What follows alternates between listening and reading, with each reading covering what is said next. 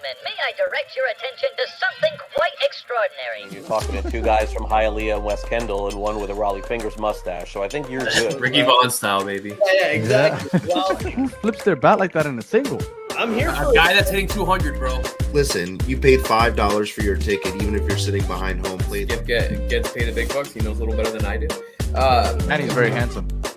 So handsome. super Great. handsome. Super Your handsome. expectations as a Marlins fan should have changed by now. All the feels, man. Like, I love Pablito so much. Lineup doesn't see for your ball. It depends on what you give up, I man. don't like that question, Danny. I don't. Why would you let me see it if I can't have it? Like, I feel like the Marlins. Sure. Starting staff has looked so much better. All three of them. I'm looking forward to this one, guys. I believe. The Marlins have the worst run differential in the National League. Oh man, now this was the wrong choice, but I am ready to get hurt again. Welcome, everybody, to episode number 46 of the Battered Marlins Fans Podcast. Oof. I am your host, Dad. You're not alongside me, as always, Mr. Brian Griffin. How are you doing, sir? Man, I'm doing good. Not as good as Spazzy, who, since the Marlins are off today, took Sixto on a tour of his vineyard in Greece. Yeah. So, could be better, but hell, who would have thought we'd be at 17 wins coming into this show? 2 weeks ago, we were like, are we going to get to double digits? Yeah. Could we? And here we are at 17. It's sad that we're celebrating 17 and 34, but 17 over the last 10 games, we're 7-3. Yeah. Is that the best in the league? No, the Phillies are 9-1 over the last 10. Yeah. But right behind the Phillies and the Cardinals, we have the best last 10 game stretch in the league. Oh no, the Guardians also. But we are up there. We're hot. It feels pretty freaking good right now. And I think if Cali were here, I think he'd be saying it's pointless because Cali wants the draft pick. Yeah, But Cali wants the number one pick, but we're He out wants of the that number now. one pick. No, we're not. It's not I going mean, to I happen. don't say we're not going to get in it, but I mean, we're only 2 games ahead of the White Sox. So, but do you think it's an admirable job what Skip is doing? Because I mean, I thought that by now the wheels would have fallen off, but the team's showing some fight. Yeah, I think Skip's got them turned around. DLC kind of carried us through the drought. And now what we're seeing is a lot of the guys that were at AAA earlier have come through and are starting to contribute. Otto Lopez looks like he's a hell of a find that we brought up recently. Dane Myers is playing really well. Even Brujan is doing all right. Nick Gordon. Jazz seems to be hitting up. Yeah, Nick Gordon's doing well. Fortes even got into the offense a little bit this week. Tim Anderson finally got a couple of hits. Yeah, he finally got some hits, and more importantly, the pitching. The pitching has been phenomenal. Luzardo, Weathers, Nardi's back on track, looking good. It just feels good.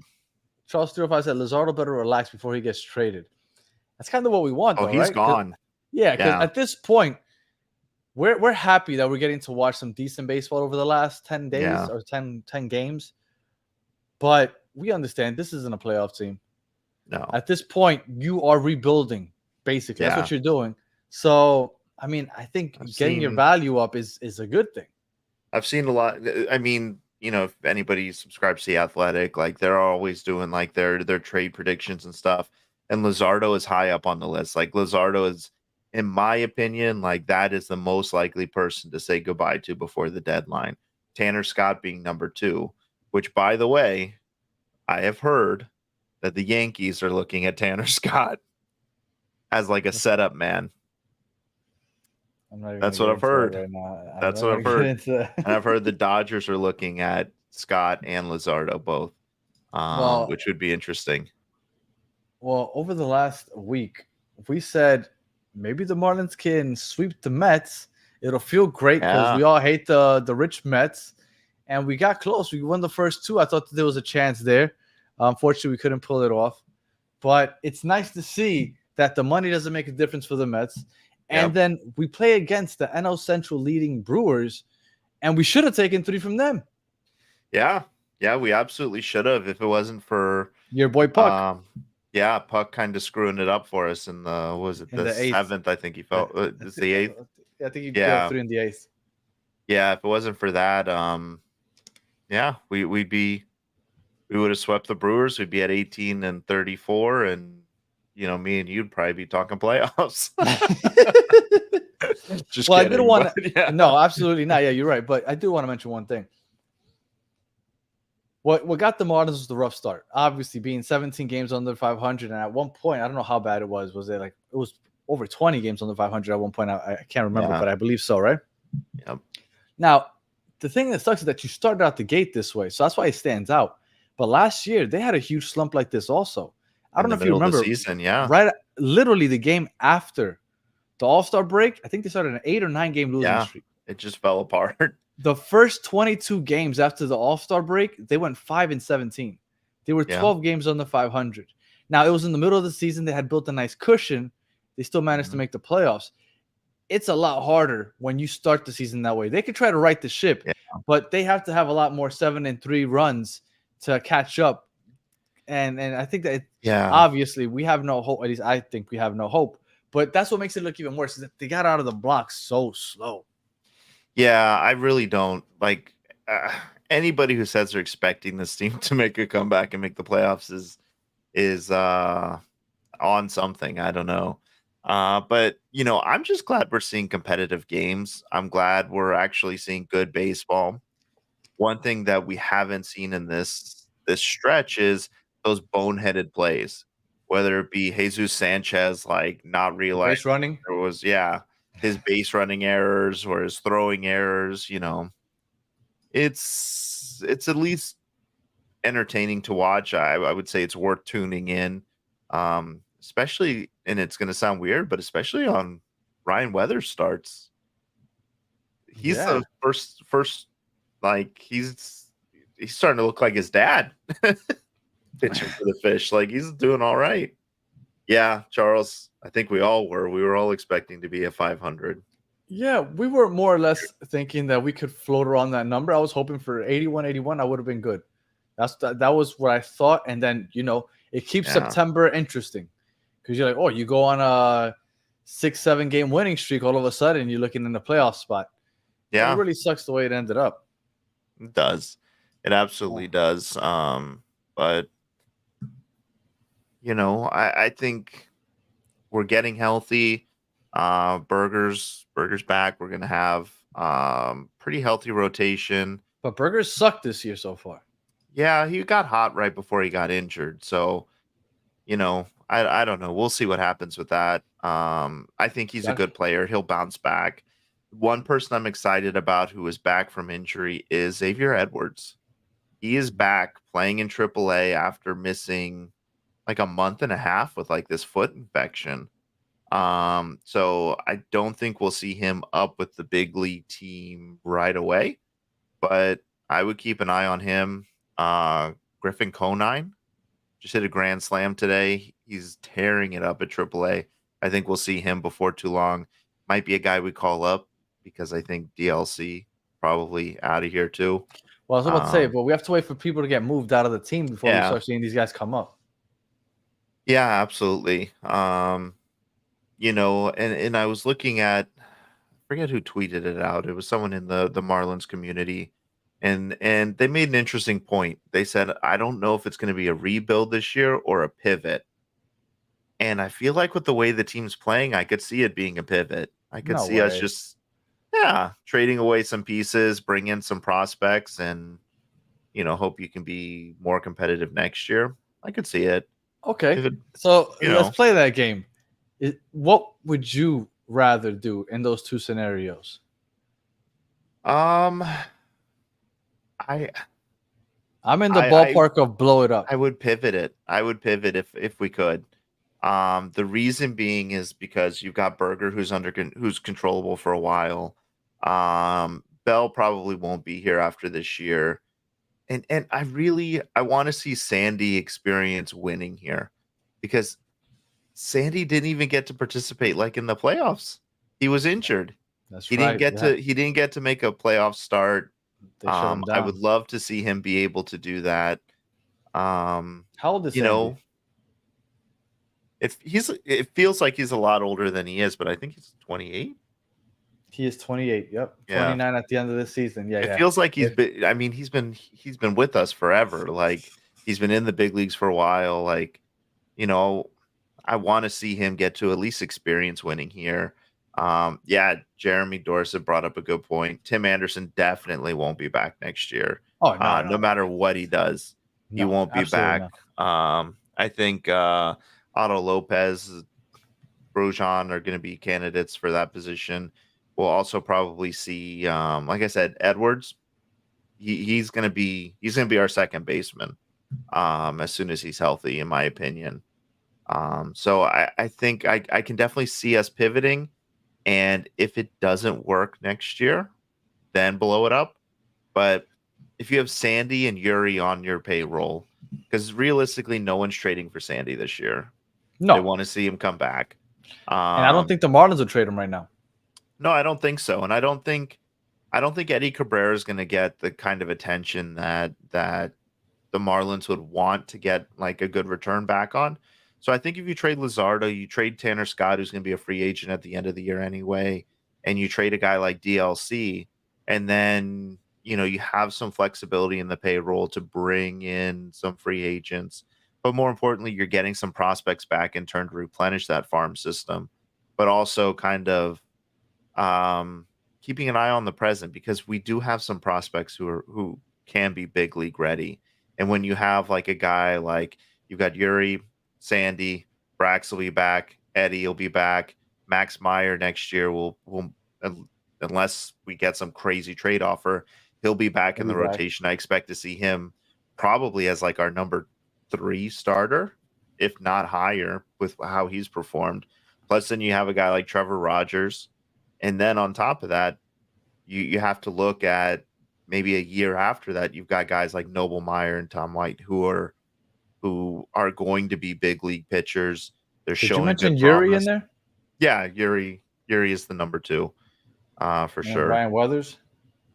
Yeah, Weathers has so far earned a spot in that rotation. So even if you trade Eddie Cabrera, if somebody comes in and gives you a good offer for him, you can trade 2 starters and still end up next year having a very deep rotation and having 1 or 2 guys start out at AAA who can kind of come up and spot start if needed. So I don't know. I could see the pivot working. I could see the pivot working per se to give you a competitive team like last year's. Yeah. But I don't know if it'll be a championship winning team. No, definitely not. Not the next couple years. Exactly. So I kind of just blow it up so we can Houston Astros it in 2028. And that's kind of the route that I would be looking. Like in 2028, let's go Houston Astros, and for the next 3-4 years. The pivot, it delays that, because when you're a competitive lower end team, it's just like it's fun baseball. Like last year, I had a great time watching the games, but you eventually want to get back to the promised land. Well, the problem for the Marlins with going the Astros way, or what we're seeing with the Orioles right now, is that the Marlins historically have developed talent but not wanted to pay that talent. Yes. So that would be my only concern about doing a full-blown rebuild, is we have all these guys mature at the same time, and then we don't pay any of them, and then we just blow it up again. Whereas with this pivot, which is kind of like what the Rays do, right? Like they trade off their guys at the peak value, bring in more prospects, kind of continually churn through people. And I think that's what we'll see. I can see Sandy has a great year next year, and then we trade him the year after for prospects. Like I can see things like that happening, because we're going to have the depth as starting pitching, and we're trying to build that depth elsewhere in the organization. So that's the only reason I think a pivot could happen. But at the same time, if we get the right offer for guys, like I don't think we'd hesitate on pulling the trigger. Everybody keeps saying Jazz to the Mariners. If the Mariners come in and say, here's 2 of our top 5 prospects, 3 of our top 10, here you go. He's all yours. I could see Bendick saying, yeah, no problem. We'll pull the trigger. the way that the Marlins have been playing over the last week or so, Mm-hmm. does it make you want to see Skip stay around? Because we feel like it's a foregone conclusion that he's gone. Yeah, I wanted Skip to stay around for even as we were playing really bad, because I didn't feel like it was all on him. I hate to say it, but I really do think this is it. I think he's gone after this season, regardless of what happens. Because I really do think that the Cardinals' job is going to open up this offseason, and I think that's where he wants to go. He wants to go back to St. Louis, and I can't blame him.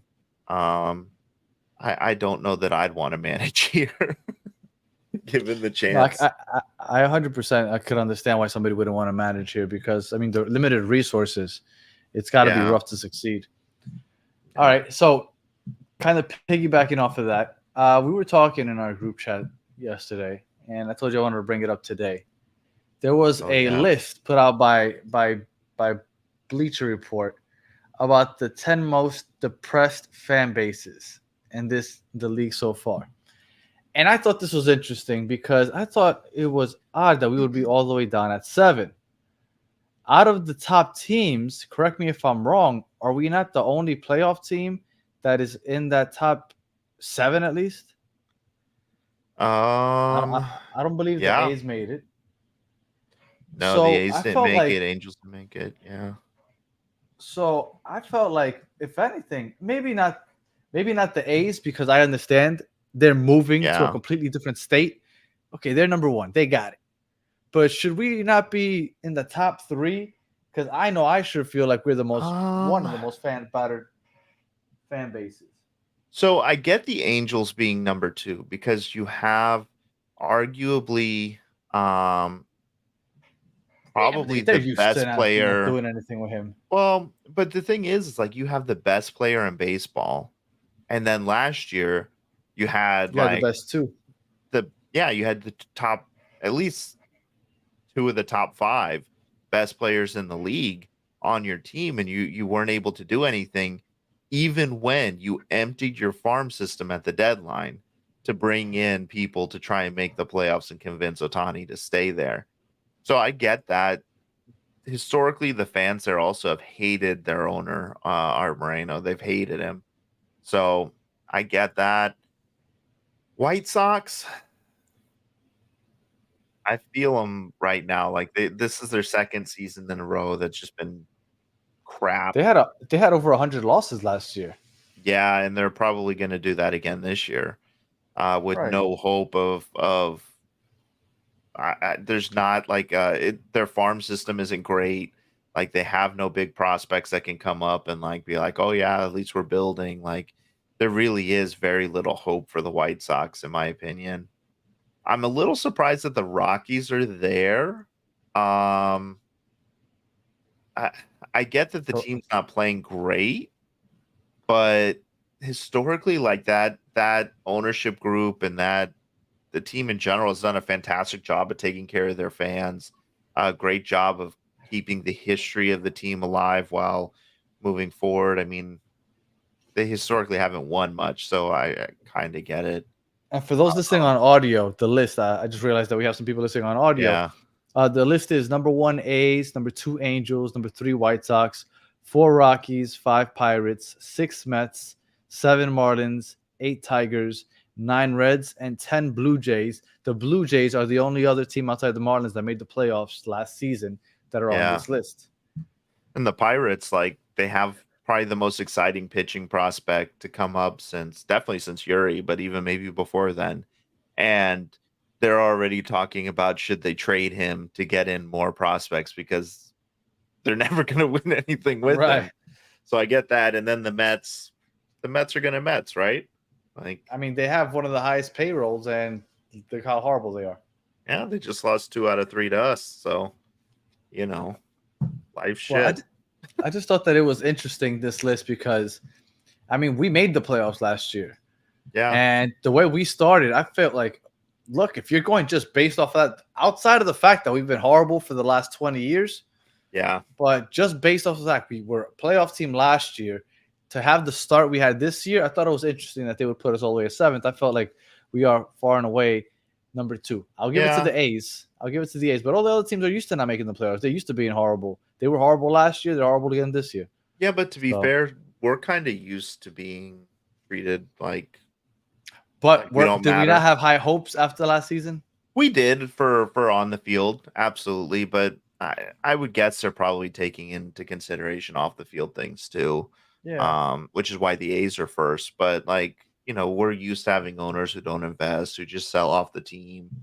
We'll talk about the Herald and how they're going to be scaling back their coverage of the Marlins. Beautiful segue. I love you, Brandon. Good job.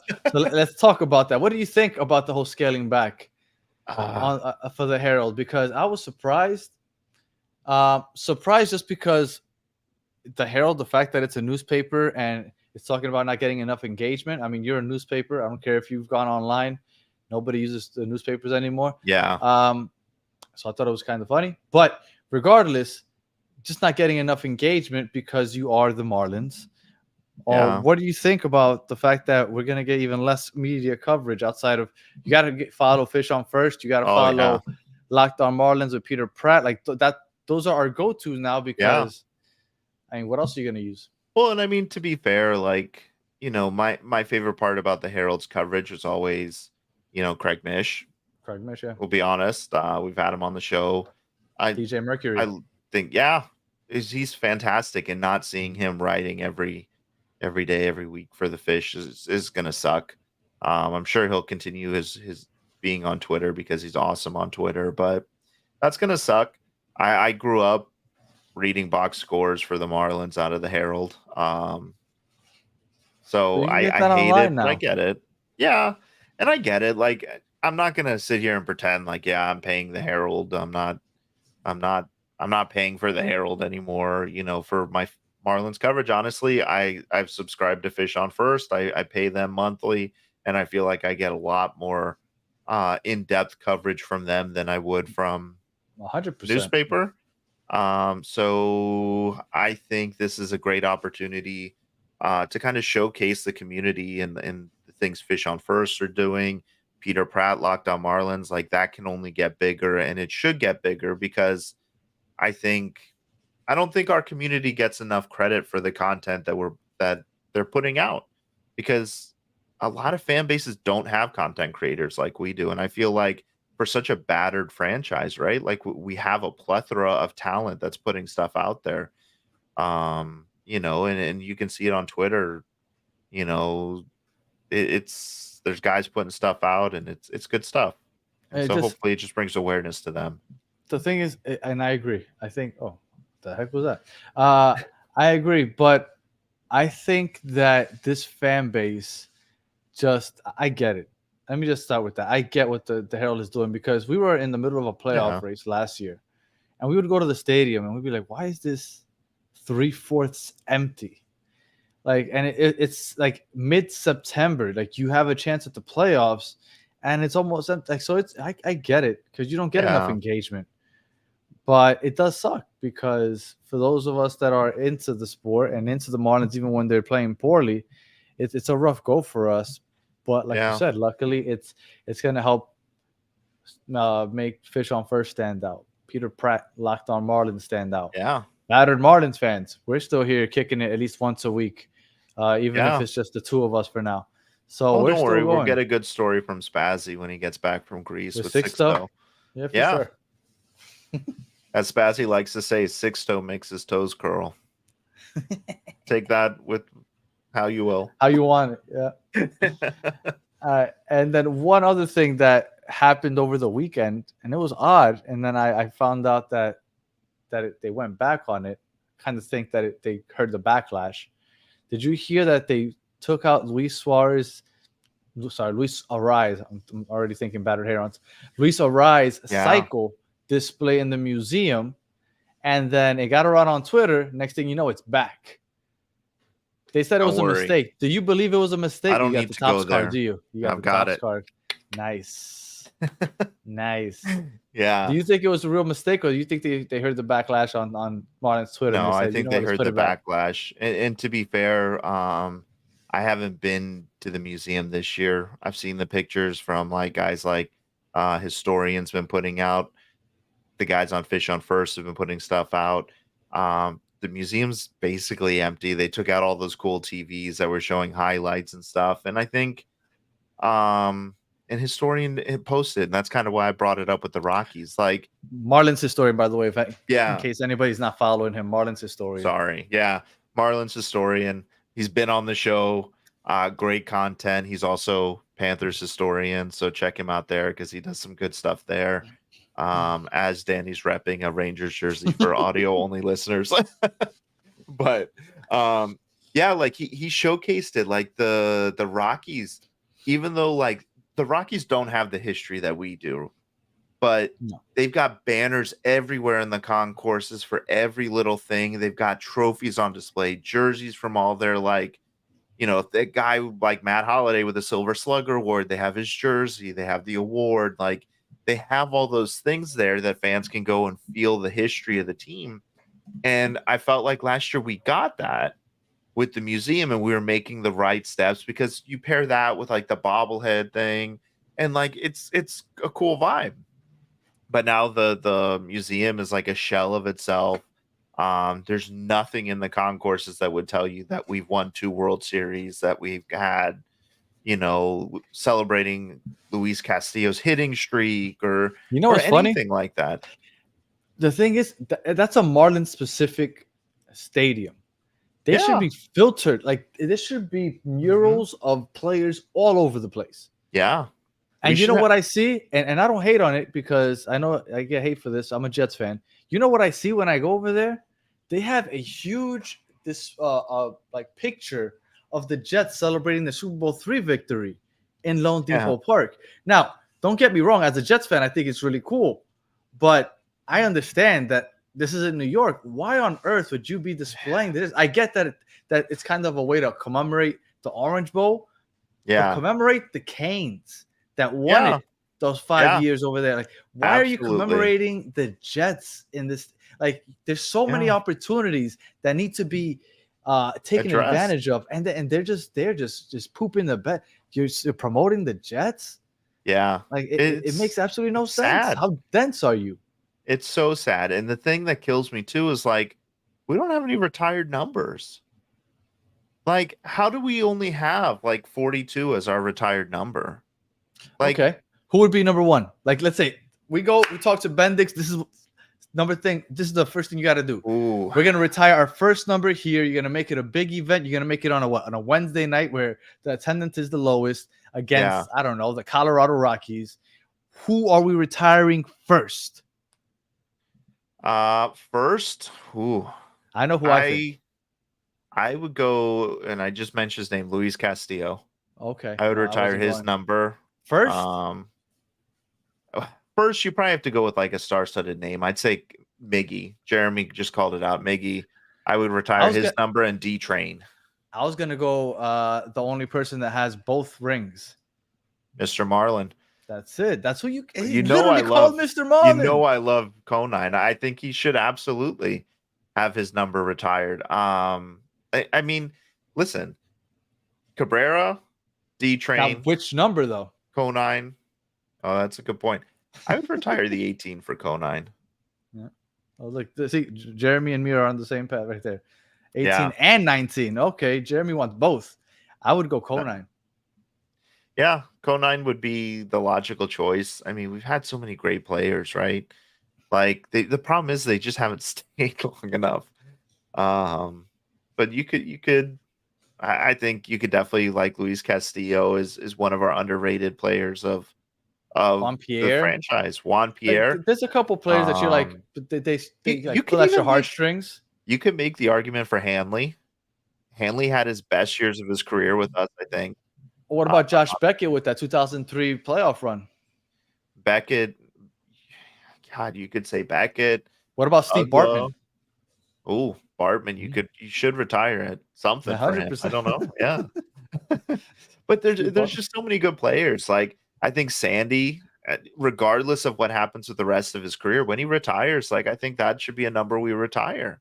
100%. Our first Cy Young award winner, like no doubt we should do that. And look, I hope there's people listening. You got to retire some numbers. That picture that you have on your shirt right now, that should be somewhere up on a wall, somewhere being celebrated. You need to have Pudge holding up the ball right here when they beat the Giants. The game was like you gotta there. That game was so good. These are the things that need to be had. Like, and don't get me wrong, they're doing a good job promoting with the giveaways, the theme nights, and all. But like when I go in there, look, I work in the education system, and one thing that we started doing is whenever you walk into a main office, you need to know what main office you're in. Like, there's a lot of schools that they're just bare, and they started like, okay, let's make sure we put a big ass logo that tells you like you are in this school right now. And that's what they started doing across the district here in Miami-Dade. And when you go into Marlins Park, like you don't have enough. Yeah, maybe you're in Marlins Park, but like there's so much more you can do. Hell, you know what I would do? Bring that ugly ass monument back. It's so ugly, I miss it. Yeah. I the home run sculpture, I definitely miss that. Jeremy's putting out some good names. Livan Hernandez is one too. I love you, Miami. Absolutely. There should be a huge mural that says "I love you, Miami" with his picture on it. Like, come on, man. There's so much more. Well, then think about it. Like all the guys who've thrown no hitters, like Anibal Sanchez, they should have like something commemorating that. Like Luis Arraez winning the batting title. I don't care that he just got traded. No, but you got to wait a little bit. John Birdie, stolen base champion. But you don't think you should see that? When they said that they took out the Luis Arraez thing, I thought I understood. I was like, you know what? He's literally an active player that's going to come and play against you. Maybe you want to wait a year or two before you display his stuff. That's what I thought. I wasn't as disheveled as other people were when they heard that. I mean, I think because it's the only time somebody's hit the cycle in franchise history, I think I get why it should be there. Yeah, I get it. I'm still a little upset about the Arraez trade. The dude's hitting over 400 now, and our top prospect has only played 3 games in the minors because he's hurt. And then his first game with the Padres, he gets 4 hits. It's ridiculous. He's had 2 4-hit games in a row right now. Oh, Mike Lowell's another good one. Mike Lowell is another one. Yeah. D-Train has to be there, right? Yeah, oh yeah. I saw Mike Lowell do the hidden ball trick at one game, and I was just like, man. That's Mr. FIU. Al Leiter's another good one, Charles. Jesus, our players are only gonna have numbers like 80 and above. Yeah, we can't retire this many. We can't go from none to all of them. Yeah. We can't do that. But like there's so much history here and with the team, and there's so much to celebrate. And like I've been like, because I've been so desperate for like good baseball and like just enjoying baseball, I started reading like a bunch of baseball because like I recommended to you the Boys of Summer about the Brooklyn Dodgers. Yeah. I just started reading like the top 100 baseball players of all time. And when you think about it, like a lot of these guys like came through the Marlins, came through the Marlins, or like we got to see them play against the Marlins, and we don't celebrate any of that. Like we just paper over everything. Like Miguel Cabrera, like there's no representation of Miguel Cabrera there. If anything, there should be a picture of him homering off of Clemens in the World Series. Yeah. That how is that not in the stadium? Like Bratton, do you have a connection? Fish on first. If you're listening, find us your connection. We want to have a sit down with your people, and we want. Like, look, we're fans. I know Fish on first are a lot closer to media side. We're just straight fans. Yeah. Let them talk to the fans so we can give some suggestions, because I feel like there's some missed opportunities here. Like, look at all the people like the Miami local artists that are doing like murals of Messi and things like that. Let those artists into the ballpark, give them some wall space, and like just say, hey, can you make us a mural of Livan Hernandez? What do you think of when you see Livan Hernandez? What do you think of when you see Giancarlo Stanton or D-Train or, whoever? And just make us a mural a Marlins mural in your own style. It can be whatever, and like let's just Take bring down that that Jets player thing. in. And that's Yeah, coming from a get that Jets out of fan. there. That's coming from a Yeah. Jets fan. Take that down. That has no place here in a Marlins baseball park. I don't care if it's Orange Bowl related. Yeah. It makes absolutely no sense. Charles 305 brings up a good point though. It's so frustrating that the only throwback jersey that we sell in the stadium right now is Andre Dawson. I get That's it, that's why I haven't purchased it. but I don't want to buy that jersey with Andre Dawson on the back. I agree. It's I because he's a so local regret kid. last year not buying like the Dontrell plain Willis one. jersey or Oh, they had it? they had Dontrell, they had Cabrera. I regret not buying those two. I was at Dolphin Mall and they had a blank one with no name on the back, which is what I prefer. I'd rather buy one with no names on the back. And I didn't pull the trigger because I thought eventually they'd bring it to Lone Depot Park. I never saw it. Yeah. If I didn't have my original teal mesh jersey like that from when I was like in middle school, like I wouldn't own one. Just because Pudge would be awesome. I know he was only here for a year, but that would be fantastic. Look, like can you tell me what are the most memorable pictures in Marlins history? Because to me, it's the Pudge picture and the Craig Counsell picture crossing the home plate. Those have to be those have to be the top two, no? Yeah, I think so. I also think just anything with Dontrell Willis with that original leg kick, like anything with that, just that's iconic to me. I remember he was leaving Pro Player Stadium at the time in his expedition. Yeah, my brother wanted to get a signature on his baseball. My brother ran up and stuck his hand in Dontrell's car. Dontrell smacked the shit out of his hand. He's like, get the fuck out of here. And my brother's like, I'm never gonna wash this hand. I'm like, all right, well. Yeah, but I wouldn't have either, man. Yeah, man. Dontrell, I had his Mark McFarlane. You remember the McFarlane Yeah, we were figures? just talking about that. Yeah, and he had that big leg kick. Yeah, that was a cool McFarlane figure that I had. Ooh, Dontrell Willis one hitter versus the Mets. That was a good one. That would be the Dontrell picture to do. I think you have to do Anibal Sanchez after he got the final out of his no hitter. Like you have to do that.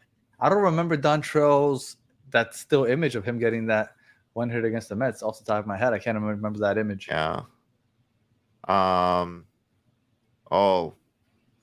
There should be a mural of D. Gordon after he hit that leadoff home run the first game after Jose Fernandez. Yeah. That's a good one. That should be somewhere. Jose should have his own mural.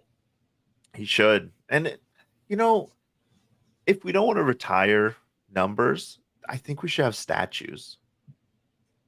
There should be some statues. Maybe it's just me, but I feel like statues another level. Like or jerseys, plaques like or something. Like, but you want a Monument Park? I think there should be something to commemorate our history. Like, I agree. Miami Marlins. The museum was a nice little start though, because they had nothing before that. And you won't be ready for who I think the first statue should be outside Marlins Park. Don't tell me. Hold on, let me think. You won't get it. I don't want to be completely quiet here on a podcast, but off the top of my head, you're saying who should get the first statue? No, I'm not gonna get it. Miami Marlins. There's one person, Satchel Paige. That should be our first one because he played for the the original Miami Marlins. Did he? I bet you didn't know that was But they were called the Marlins though. They were called the Miami Marlins. Absolutely. Yep. Look at that. No, I did not. That's a history lesson for me. You want to start bringing history? Get him a statue. Hell, get a McKeon statue, a Leland statue. Like, ooh, Jack McKeon. That's what I want. Yeah, give me one of those. Give me Jack smoking a cigar. I actually have that on a shirt on the Battered Fans website. I just put it up like a couple days ago. That's a classic picture. Him smoking the cigar. Now. Yeah, him smoking that cigar. That's amazing. So like, cool. I remember trying to think of a caption. Yeah, we've seen so many cool things as Marlin fans, and like, it's just sad that we don't celebrate it like we should in the stadium. I think if we did stuff like that, we made more like events and like more of a big deal about our past. Like I think that would Try 'em. go a long way to like Those heritage nights preparing help. things.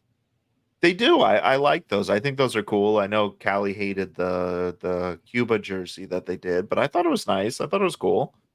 I don't remember what it looked like, but Yeah, he didn't like it. I that's all I know.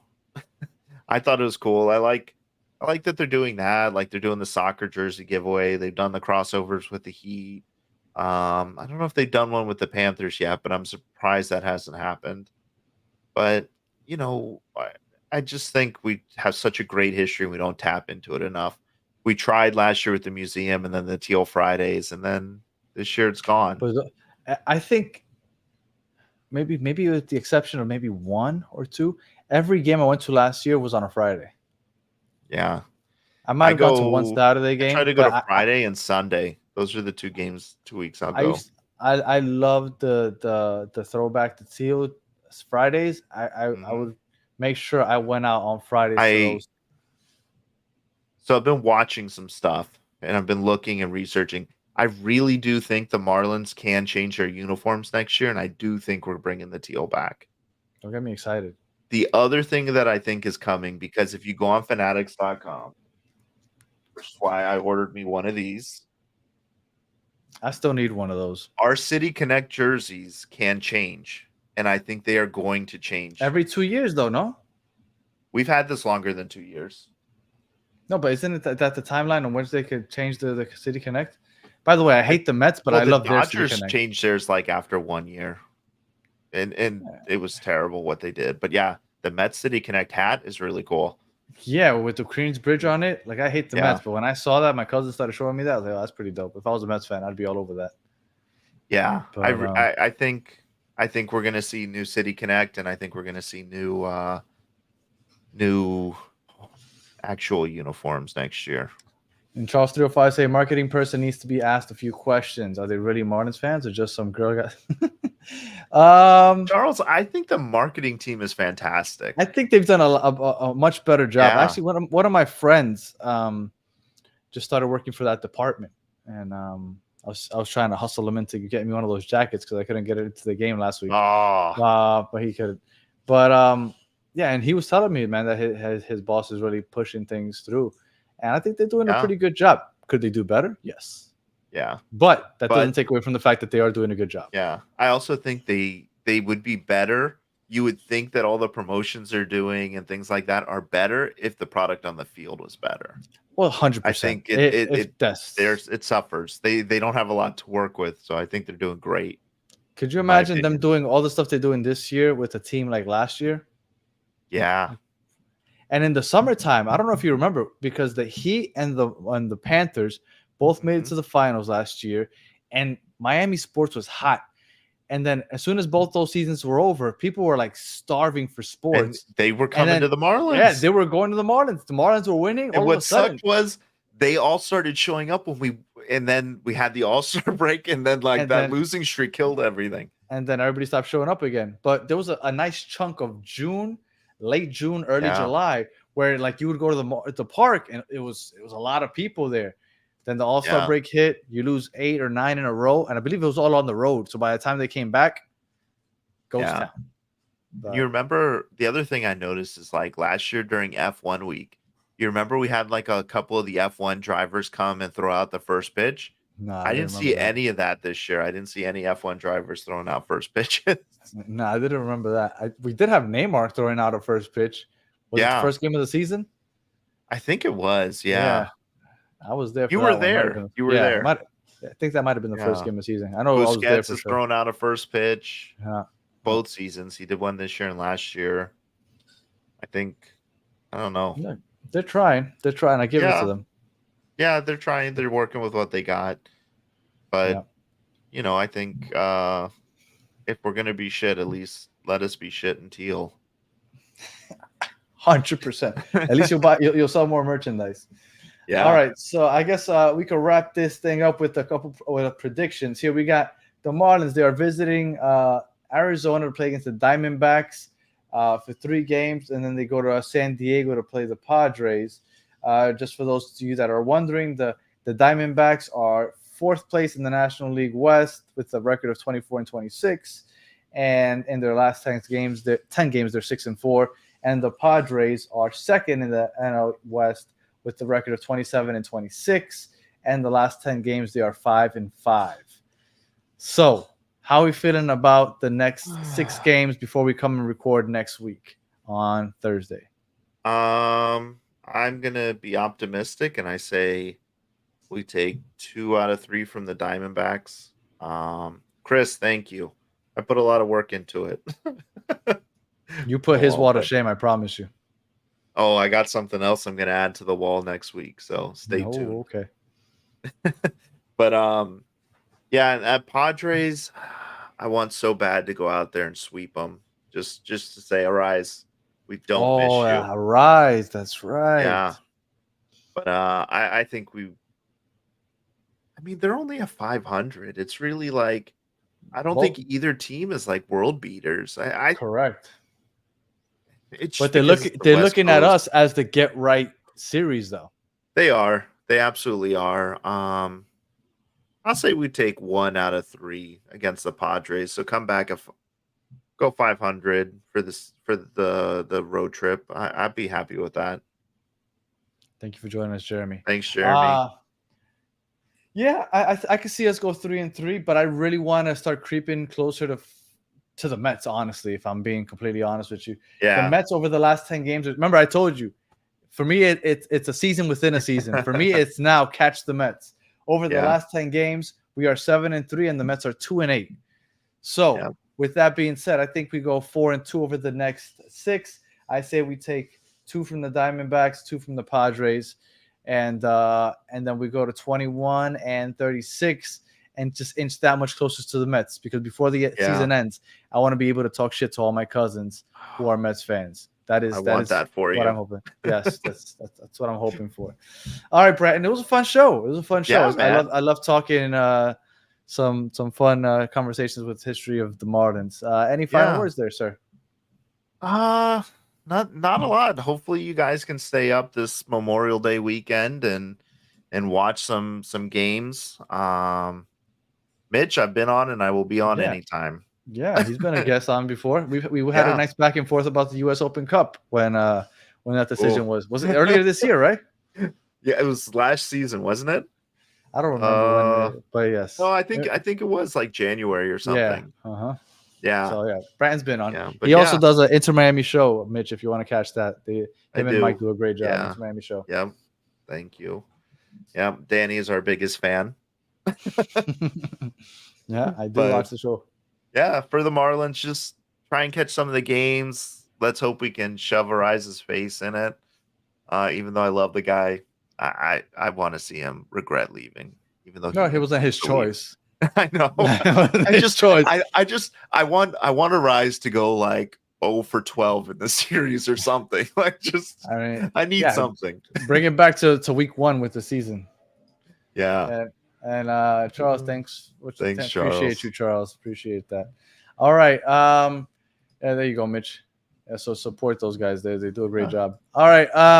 It was a fun episode. Hopefully next week we can get the band back together. But if not, I'll be here. I have a feeling Brighton will be here. See if we can get Cali and Spaz. And hopefully we're talking about another winning week, because at this rate we might catch up to the Mets. That's all I really care about. We get to 20 wins this week? I think so.